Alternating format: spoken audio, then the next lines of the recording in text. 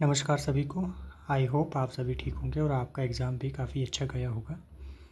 तो जैसे हमने देखा है कि संडे को एग्ज़ाम हो गया है हाई कोर्ट क्लर्क का।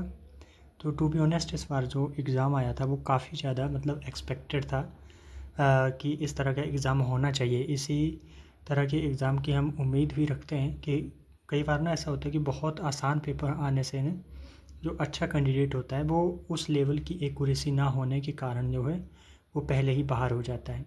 तो इस बार जो पेपर था वो पूरी इक्वल अपॉर्चुनिटी देता था पढ़ने वाले बच्चों को कि आप जो है वो फ्रंट रनर बन सकते थे इस पेपर के अंदर। तो देखिए आज हम बात करेंगे कट ऑफ के बारे में। कट ऑफ जो है ऐसा कहना कि बच्चे कम थे, पेपर टफ आया था या इस तरह की स्पेकुलेशन पर कट ऑफ को कैलकुलेट करना मुझे नहीं लगता है कि कोई सही तरीका है।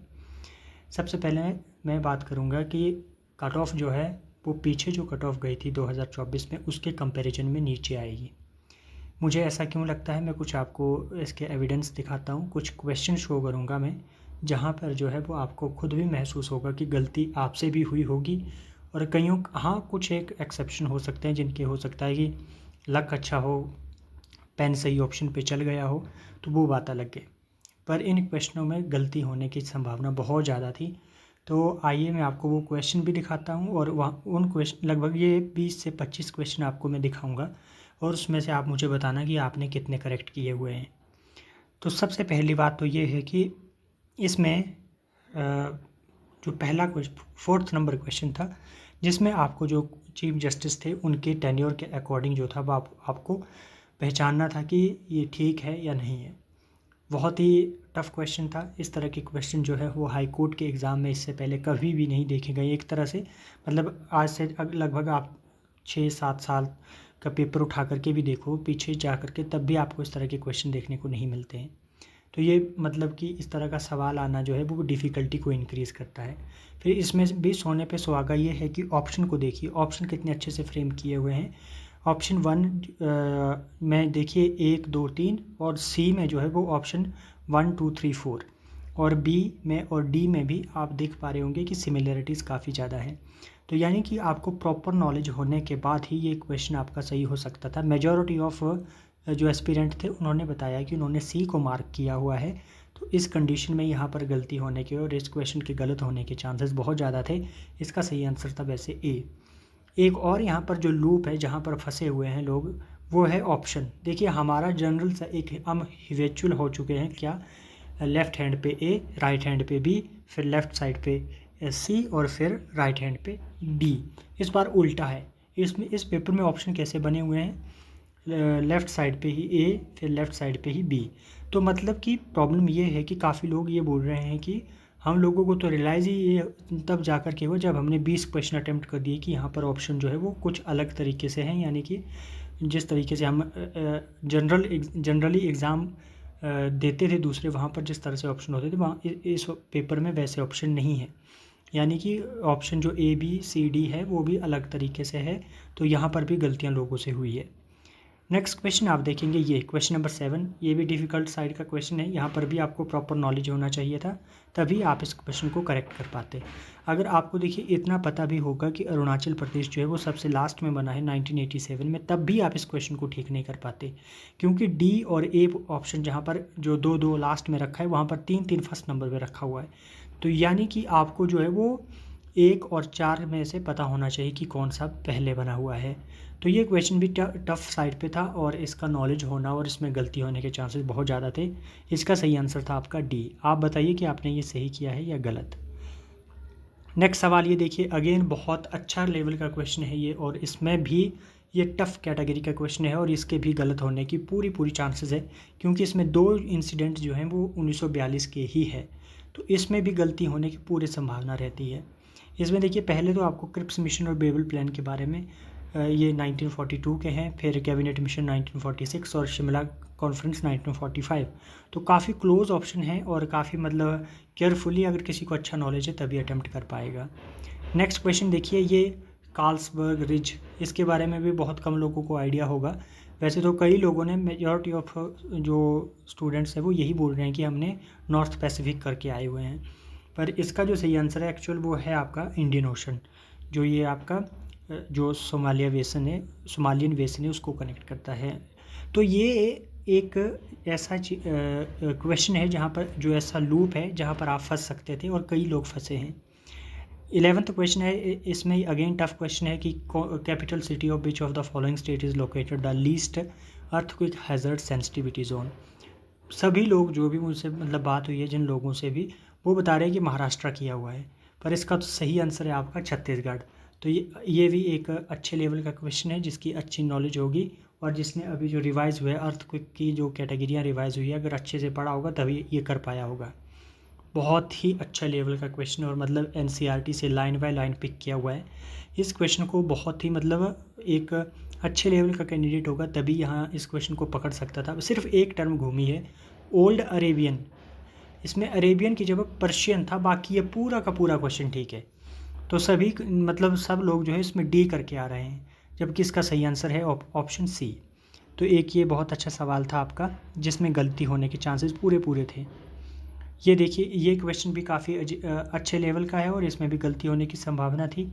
और ये क्वेश्चन आपका 16th जो है ये आपका स्क्रैप हो जाएगा, यानी कि डिलीट होगा। ये मेन फंक्शन ऑफ जुडिशरी, इसमें क्या है, ऐसा नहीं कि ये क्वेश्चन टफ है, पर इसमें काफ़ी लोगों ने लॉ एग्जीक्यूशन को कर दिया है मार्क, ऑप्शन बी को। क्यों? क्योंकि जल्दबाजी में जैसे देखा कि main function of judiciary law execution बाद में रियलाइज़ भी हुआ होगा, पर फिर भी वो इसको करेक्ट नहीं कर सकते थे क्योंकि OMR बेस्ड पेपर है, या फिर जबकि इसका सही आंसर था ऑप्शन सी। तो यानी कि इसमें फंसने के चांसेस भी थे।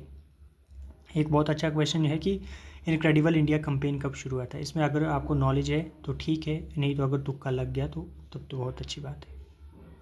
नेक्स्ट क्वेश्चन आपका ये देखिए, इसमें भी वही हाल है। अब क्या कमीशन देता है इसमें आंसर, वो डिपेंड करेगा, बाकी देखते हैं। ये क्वेश्चन 39 जो है अच्छा क्वेश्चन है, इसमें भी काफ़ी लोगों ने गलतियां की होगी, बाकी क्या आंसर देते हैं, क्या आंसर की में आता है इसका आंसर, वो देखने लायक रहेगा। नेक्स्ट काफ़ी अच्छा क्वेश्चन है, जैसे कि who administered the oath of office and secrecy to Kavinder Gupta. अब यहाँ पर ये क्वेश्चन ना बहुत टेक्निकली मतलब फ्रेम किया हुआ है। अगर आपको इतना नॉलेज है कि गवर्नर को शब्द जो है वो चीफ जस्टिस दिलाता है कंसर्न्ड हाई कोर्ट का, तब तो आप कर लेते। पर अगर आपको ये पता नहीं है तो आप इस क्वेश्चन में शायद सहज ना हो पाते और आप सुखविंदर सिंह सुक्खू या दूसरा ऑप्शन मार्क करके आ जाते। तो कईयों ने किया हुआ है, इसलिए ये क्वेश्चन भी मैं मानता हूँ कि अगर आपकी जो कंसेप्चुअल क्लैरिटी अगर आपको नहीं है तो यहाँ पे आप फंस सकते थे। अगेन बहुत अच्छा क्वेश्चन है कि जो की मोनास्ट्री है वो किस सेक्ट से जुड़ी हुई है, लामा सेक्ट से। बहुत अच्छा सवाल है और इसमें गलती होने के पूरे चांसेस थे। ये बहुत अच्छा क्वेश्चन है, मतलब टफ क्वेश्चन है। What is the approximate total length of national highway. तो काफ़ी लोगों ने इसमें जो 3800 किलोमीटर कर दिया, जबकि राइट आंसर इसका ऑप्शन बी होना चाहिए था। ये 53 क्वेश्चन काफ़ी मतलब टफ क्वेश्चन है। ये भी 54 अगेन टफ है। और ये देखिए 56। अब इसमें जो है काफ़ी लोगों ने या तो ऑप्शन सी किया है या ऑप्शन ए किया है, और इसमें जो आपका इकोनॉमिक सर्वे है उसके अकॉर्डिंग ये दोनों की दोनों स्टेटमेंटें गलत है। तो ये क्वेश्चन में अगर किसी ने अटैम्प्ट किया है और इसमें अगर उन्होंने ऑप्शन सी या ए भी किया है तब भी उनका गलत होगा। बहुत रेयर लोग होंगे जिन्होंने डी किया होगा। और ये कंप्यूटर का तो ऑलमोस्ट कंप्यूटर सारा अच्छे लेवल का था, पर फिर भी मुझे लगता है कि इसमें फंसने के चांसेस थे। इस क्वेश्चन में आपके प्रोटोकॉल से रिलेटेड था ये। अगला सवाल आपसे ये पूछा हुआ है कि what is the extension of MS-DOS command file. तो काफ़ी लोग जो हैं इसमें ये .dvf करके आए हुए हैं। फिर ये 2 क्वेश्चन मैथ के अच्छे लेवल के हैं, तो मतलब इसमें भी बहुत रेयर होता है कि कोई कर पाता है। ये 100 नंबर क्वेश्चन भी अच्छा था। तो कुल मिलाकर के ये 23 क्वेश्चन है और आपने कितने करेक्ट किए हैं आप ज़रूर बताना। अब ऐसा है कि इन क्वेश्चनों में जिन्होंने ये ठीक किया है, यानी कि 77 क्वेश्चन जो थे वो ऐसा नहीं है कि उनको भी किया ही जा सकता था सारे, पर मेरी समझ ये कहती है कि ये क्वेश्चन जो थे वो थोड़े टफ कैटेगरी थे, जिनको पकड़ने के लिए आपकी थोड़ी कंसेप्चुअल क्लैरिटी होना और काम माइंड होना एग्ज़ाम में बहुत ज़रूरी था। तो ये चीज़ तो होगी। मुझे लगता है कि इन क्वेश्चनों की वजह से कट ऑफ में डिप आएगा। अब डिप कितना आएगा ये देखते हैं हम और समझने की कोशिश करते हैं। इसमें देखिए सबसे पहले चीज़ बात आती है कि अभी पोस्टें जो है वो कितनी हैं आपके पास। अभी जो आपके पास पोस्टें हैं ना वो है 17 पोस्ट है कुल। जो अनरिजर्व कैटेगरी है उसके पास 12 पोस्ट है, SC की 2 है, ST की 1 है और इकोनॉमिक वीकर सेक्शन की 2 है। अब आपने एक चीज़ को पे गौर करना है कि यहाँ पर OBC नहीं है, तो OBC जो है वो जनरल में कंसीडर होंगे, OBC जनरल में ही कंसीडर किए जाएंगे अभी, क्योंकि उनके लिए कोई अलग से वैकेंसियाँ नहीं है। तो अब यहाँ पर होगा क्या, पहली चीज़ पे आपने ध्यान देना है कि इस फेज़ में कैटेगरी शिफ्ट नहीं होगा, इस फेज़ में कैटेगरी शिफ्टिंग का कोई रूल अप्लाई नहीं होगा। अगर आपने जनरल कैटेगरी से इस फेज़ में ऊपर मार्क्स स्कोर किए और आपने जो है वो मतलब मेंस में जा कर के आप अच्छा स्कोर कर देते हैं, तो वहाँ पर आपको जनरल की सीट दे दी जाती है, यानी कि पीछे वाले कैंडिडेट के लिए रास्ता खुला रहता है जब फाइनल सिलेक्शन होती है तो। पर अभी जो इस फेज़ में ऐसा नहीं होगा कि कोई रिज़र्व कैटेगरी का कैंडिडेट जो है वो UR में आ जाएगा। तो ये बात एक बहुत महत्वपूर्ण है, आप इसको अपने ध्यान में रख लें कि ऐसा होगा। और यहाँ पर जो अगर जो कैंडिडेट क्वालिफाई होंगे वो एक पोस्ट पे 6 होंगे मेंस के लिए, तो यहाँ पर 12 × 6 करेंगे तो ये 72, यानी कि 72 लोग जो है वो UR से क्वालिफाई करेंगे, जो कि बहुत अच्छा नंबर है। टू बी ऑनेस्ट 2024 में यही जो थी सिर्फ 4 पोस्टें थी, यानी कि सिर्फ 24 कैंडिडेट क्वालिफाई हुए थे, और उस टाइम बच्चे बैठे थे आपके 17,000, और इस बार बैठे हैं आपके लगभग 11,500 से 11,000 बच्चा जो है वो इस बार पेपर में बैठा हुआ है। तो आपने इस बात को ध्यान में रखना है। दूसरी चीज़ ये रहती है कि इस बार जो SC ST और EWS है उनकी 2 पोस्टें हैं, तो इनके अकॉर्डिंगली मतलब 12 कैंडिडेट जो है वो क्वालिफाई होंगे। टोटल जो है वो आपके 102 बच्चे जो है वो क्वालिफाई करेंगे मेंस के लिए 12,000 में से। इतनी सी आपको क्लैरिटी मिल गई होगी। अब देखते हैं प्रीवियस ईयर। ये है आपके पास 2022 की कट ऑफ पोस्टें थी आपके पास 19, और प्रीलिम्स की कट ऑफ गई 82। अब 19 पोस्टें होने के बावजूद भी 82 कट ऑफ क्यों गई? देखिए, पेपर था ईजी, पहली बात तो ये। दूसरा होता है कि एक होता ना, इससे पहले पेपर जो आते थे ना उसमें क्या एक चीज़ मेजर चीज़ रहती थी कि पूरा को पूरा पेपर आसान होता था, मतलब कहीं पे भी फंसता नहीं था कोई भी। कंप्यूटर में जाओ फुल फॉर्म होती थी, सिंपल से 1-2 क्वेश्चन ऑपरेटिंग सिस्टम से होते थे, यानी कि पूरे के पूरे 20-20 लोग ठीक करके आ जाते थे। पर इस बार कहानी पूरी उलट चुकी है। इस बार वही लोग अच्छे से कंप्यूटर को कर पाए हैं जिन्होंने या तो JOIT की प्रिपरेशन कर रहे हैं, या पहले कोई कंप्यूटर का बैकग्राउंड होगा, या फिर जिन्होंने शॉर्टकट की को बहुत अच्छे से रट करके रखा होगा। अदरवाइज़ जो है वही एवरेज स्कोर 12-14 क्वेश्चन ठीक कर पा रहे हैं, बाकी सबके गलत हो रहे हैं। तो वो 2022 का जो सिनेरियो है वो मतलब बताने का पर्पज़ यही है कि ये कहानी जो है वो 2022 से किस तरह से मुख्तलिफ होगी, ये बहुत इंपॉर्टेंट रहेगा। SC की उस टाइम पे गई थी 78, ST की गई थी 79 और EWS की गई थी 82। मेंस में वही 46, 50, 47। फिर उसी को देखते हैं आप 2024 में। ये देखिए 2024 में टू बी ऑनेस्ट सिर्फ 3 क्वेश्चन मैथ के ऐड हुए इस पेपर में, और कंप्यूटर सेक्शन पूरा पूरा आसान, मतलब कहीं पे कोई बच्चा नहीं फंस सकता था। बच्चे थे 17,000। HPG के टोटली 10 क्वेश्चन प्रीवियस ईयर के 2016 के पेपर में से उठाए हुए, और आपका जो करंट अफेयर था वो अच्छे लेवल का था, बाकी जो GS था वो भी डुएबल था। तो इसमें सिर्फ मुझे लगता है कि कुछ एक क्वेश्चन थे जो फंसने वाले थे और जिसमें लोग फंसे। इस पेपर में टॉपर था 86, और जो कट ऑफ गई थी वो थी जनरल की 78। 17,000 बच्चे, topper 86, cut off 78, candidate 24 candidate qualify हुए थे UR कैटेगरी से। तो अब यहाँ पर ध्यान देने वाली बात क्या है कि आपके पास कि इस पेपर में फिर कट ऑफ 78 गई। 78 कट ऑफ जाने का मैंने कारण आपको बता दिया है कि इसमें पेपर जो है तो स्लाइटली थोड़ा सा लेवल अप हुआ था, और इसमें 3 क्वेश्चन मैथ के ऐड हुए थे, और 3 क्वेश्चन जो थे वो आपके एम्बेडेड जो फिगर आते हैं उनको पहचानना था। 6 क्वेश्चन को इसमें टफ कैटेगरी के आए थे मैं जहाँ तक इस पेपर को समझ पा रहा हूँ, जबकि इसमें 10 क्वेश्चन जो थे वो HPG के और अदर मिला करके PYQ थे। तो इसके बाद कट ऑफ 78 गई थी, और कैंडिडेट के बारे में तो मैंने आपको पहले क्लियरिटी दे दी है। SC की कट ऑफ इसमें जाती है 73, ST की गई 71 और EWS की गई 74। अब यहाँ पर क्या चीज़ आप समझ पा रहे हैं, एक कि जो 78, 73 यानी कि यूआर और एससी के बीच में जो डिफरेंस आ रहा है वो यहाँ पर 5 नंबर का है और एसटी के बीच में 7 नंबर का है और ईडब्ल्यूएस के बीच में 4 नंबर का फ़र्क आपको देखने को मिल रहा है। अब वहीं यहाँ पर बात करें तो एससी के बीच में आपको जो है 4 नंबर का फ़र्क दिख रहा है, एसटी के बीच में 3 नंबर का, ईडब्ल्यूएस जो है वो बराबर कट ऑफ है। तो इसके बाद अगर हम आगे चलें तो मैंने जैसा आपको बताया कि कट ऑफ प्रेडिक्ट करना जो है सिर्फ ऐसा नहीं बोल सकते कि आप वैकेंसियाँ इस बार ज़्यादा है तो कट ऑफ जो है वो कम जाएगी, ऐसा नहीं होता है। इसमें कुछ एक आपको पैरामीटर सेट करने पड़ते हैं, जैसे कि डिफ़िकल्टी क्या थी पेपर की, नंबर ऑफ़ वैकेंसियाँ क्या है, कैंडिडेट कितने हैं, ओवरऑल परफॉर्मेंस कैसी रही, वो सब जो चीज़ें हैं वो मिल करके डिसाइड करती है कट ऑफ को। तो मैंने थोड़ा सा टाइम इसलिए लिया था ताकि इन चीज़ों को समझा जा सके। अब करते हैं बात कि एक्सपेक्टेड कट ऑफ, क्या आप एक्सपेक्ट कर सकते हैं कि कितनी कट ऑफ जा सकती है। सबसे पहली चीज़ ये है कि मैंने जितने भी आसपास पता किया है लगभग 50 से 60 लोगों से मतलब ये जानकारी मिल चुकी है, उसमें से जहाँ तक मुझे मिला है, मुझे पता चला है 6 कैंडिडेट मेरे पास ऐसे हैं जो 80 से ऊपर जा रहे हैं और उसमें जो हाईएस्ट नंबर बताए हैं वो 86 बताए हैं।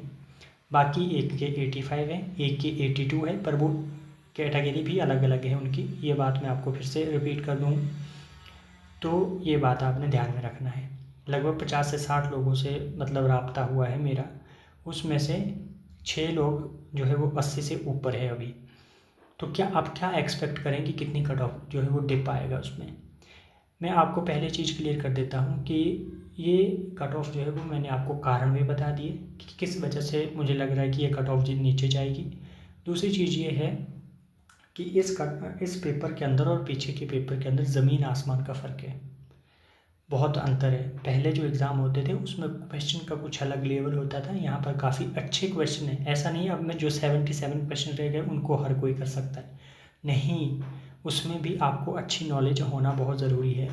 रीजनिंग के अंदर आपसे गलतियाँ होने के चांसेस हैं, 2-3 क्वेश्चन जो है वो आपकी डिसीजन मेकिंग से है, तो वहाँ पर भी कई लोगों ने कुछ ना कुछ गलतियाँ करी है। तो अब मुझे क्या लगता है फाइनल, ये देखिए मेरे जो अनुमान है वो ये है कि यूआर की 12 पोस्ट है और कैंडिडेट जो क्वालिफाई होंगे वो 72 होंगे, यानी कि 2024 से 3 गुना ज़्यादा बच्चे जो है यूआर में क्वालिफाई होंगे। तो जब 3 गुना यूआर से ज़्यादा क्वालिफाई होंगे तो कट ऑफ जो है वो मेरे अकॉर्डिंग होवर करेगी 73 से 77 के बीच में। अब ऐसा भी नहीं बोल सकते हैं कि पेपर थोड़ा सा टफ आया है तो बिल्कुल ही कट ऑफ 70 से नीचे आएगी, नहीं, इतना नीचे नहीं आएगी, पर कट ऑफ जो है वो 70 से ऊपर ही रहेगी, 73 से 77 के बीच में। अब दूसरा क्या फैक्टर रहेगा इसमें मैंने आपको बता दिया, एक तो यूआर से ज़्यादा कैंडिडेट क्वालिफाई होने हैं, तो एक फैक्टर ये रह गया। दूसरा ये है कि पेपर को जब आप सरसरी नज़रों से देख रहे हैं तो आपको लग रहा होगा कि मैंने किया है, ये क्वेश्चन मेरा ठीक है, वो क्वेश्चन मेरा ठीक है, पर एक्चुअल में सिली मिस्टेक्स होने के चांसेस बहुत ज़्यादा है, बहुत ज़्यादा सिली मिस्टेक्स जो है वो करी है लोगों ने और हो भी सकती है। तो इसलिए जो है आप इस बात को ध्यान में रखना। अभी आंसर की आएगी ऑफिशियल तो और भी वेरिएशन आपको देखने को मिलेगा। हो सकता है कि जिनके अभी जो 86 या 84, 83 बन रहे हैं वो हो सकता है कि 82, 81 पे आ जाएं और भी नीचे आ जाएं, तो ये संभावना पूरी रहेगी।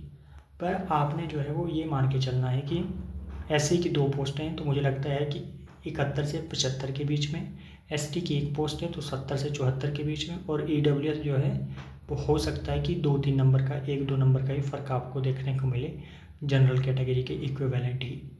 तो कुछ इस तरह की कट ऑफ जो है वो रहेगी, मेरा अनुमान ये कहता है। बाकी आपने मेंस की प्रिपरेशन कर देनी है, अगर आपके 70 से ऊपर बन रहे हैं तो रिस्क नहीं लेना है, अच्छे से प्रिपेयर करना है।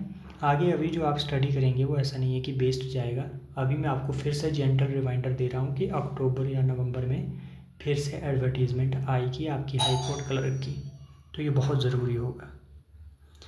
तो थैंक यू। अगर किसी को कोई डाउट है तो ज़रूर शेयर करें।